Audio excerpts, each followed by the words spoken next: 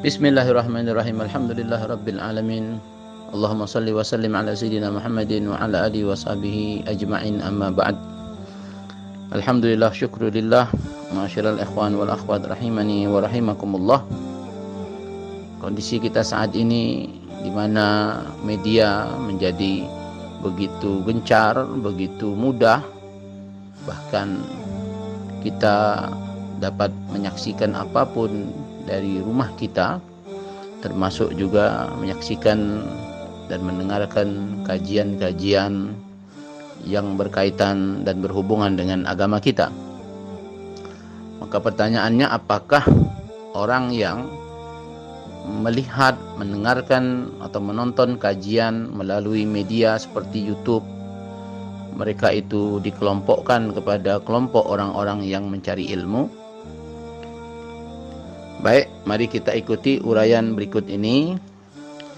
Dalam kesempatan ini saya ingin menukil satu pendapat, satu jawaban dari ulama Nusantara kita, ulama yang cukup terkenal di zamannya, almarhum Kiai Haji Muhammad Syafi'i Hazami. Beliau adalah seorang mubaligh yang begitu terkenal di kota Jakarta. Begitu alim, beliau juga murid daripada beberapa habaib yang menjadi daripada gurunya beliau. Mungkin pertanyaan yang ditujukan kepada beliau ketika itu, di zamannya beliau, itu di era tahun 70-80-an, itu media seperti saat ini mungkin belum ada.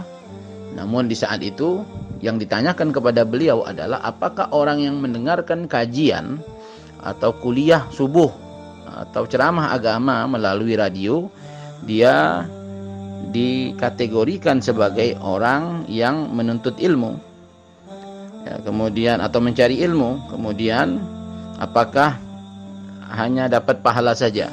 Nah, ini beliau jawab seperti ini jawaban beliau. Saudara, bahwa mendengar ceramah-ceramah kuliah agama melalui radio adalah merupakan satu kebaikan dan ada pahalanya insya Allah.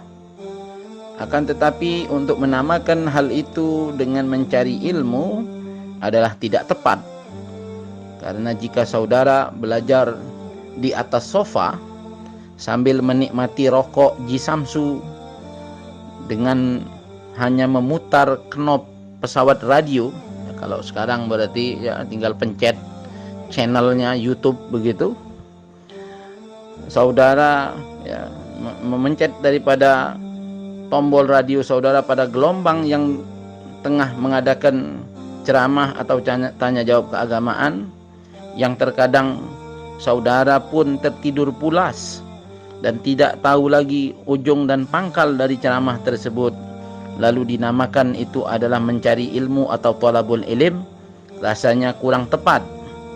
Tetapi bila cara demikian itu masih dapat menambah daripada ilmunya saudara, maka saudara itu tidak dikatakan mencari ilmu, tetapi saudara dikatakan ketiban ilmu. Ketiban ilmu artinya tertimpa ilmu, yaitu satu keberuntungan besar, yaitu mendapatkan satu keberuntungan yang besar. Jadi jika saudara belum mencari atau menuntut ilmu, maka hendaklah saudara mengaji dan wajiblah saudara berusaha untuk mencari guru. Nah, itu di antara jawaban yang mulia almarhum Kiai Haji Muhammad Syafi'i Hazami.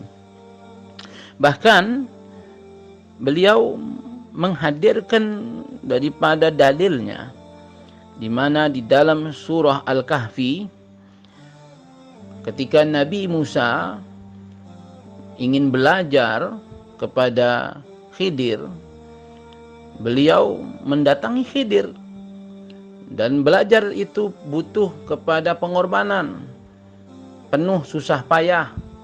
Tidak ada orang belajar itu dengan mudah, tapi butuh pengorbanan dengan susah payah. Bahkan ketika Nabi Musa mencari Khidir ya, saking penatnya akhirnya mereka beristirahat. Dalam Al-Quran Allah nyatakan di dalam surah Al-Kahfi, atina ghada'ana laqad lakina min safarina hadha nasaba. Kata Nabi Musa kepada pembantunya, berikanlah kepada kami makan siang kami. Ya, sesungguhnya ya, kami telah letih di dalam perjalanan kami ini. Kemudian juga di dalam kitab Zubat disebutkan bahwa barang siapa yang tidak mengetahui akan satu masalah, maka hendaklah dia bertanya. Dan barang siapa yang tidak mendapatkan guru, hendaklah dia berlayar, yaitu mencari daripada seorang guru. Nah, ma'asyiral ikhwan wal akhwat rahimani wa rahimakumullah.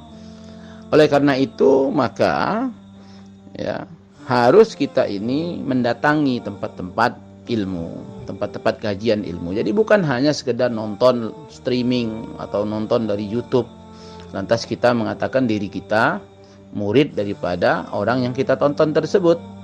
Ya, sebab terlalu mudah sekali. Ya, walaupun ya bisa dikatakan ya itu guru atau murid ya di medsos begitu ya, di alam maya, tapi alam nyata kan belum. Ya, jadi kita harus punya guru di alam nyata, jangan cuma di alam maya. Nah, namun mungkin kondisi saat ini pun sudah jauh berbeda. Ya, dahulu kita mungkin mengadakan majelis kumpul ya, di masjid atau di tempat-tempat yang sudah kita tentukan, mengadakan pengajian, tabligh akbar, kita bertatap muka. Tapi saat ini kondisinya berbeda. Lantas pengajian atau majelis-majelis taklim tersebut dipindahkan live ya, dengan streaming atau dengan direkam. Apakah ketika kita menyaksikan itu kita tetap dikategorikan kepada orang yang menuntut ilmu? Nah, dalam kondisi ini kita bisa jawab tentu kita dikategorikan sebagai orang yang masih mencari ilmu. Kenapa? Karena sebelumnya kita menghadiri majelis-majelis itu. Nah, tapi bagi orang yang sama sekali tidak pernah hadir majelis-majelis ilmu, hanya menyaksikan dari kejauhan saja melalui streaming atau melalui YouTube, maka ya agak sangat berat mengatakan mereka itu adalah guru dan murid. Ya, karena memang tanggung jawab antara guru dan murid itu cukup berat. Apalagi kalau muridnya itu ya pemikirannya itu berbeda dari gurunya.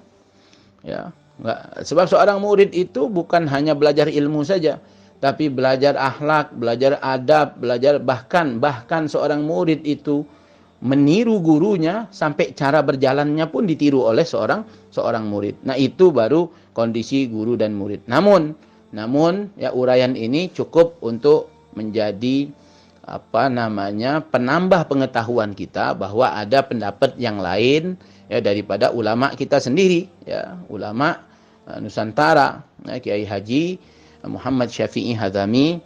Ya, ini anak hadirkan bukan di dalam rangka untuk menentang daripada pendapat yang lain, tetapi ana hadirkan ini untuk kita memperkaya pemahaman kita. Wallahu a'lam bissawab.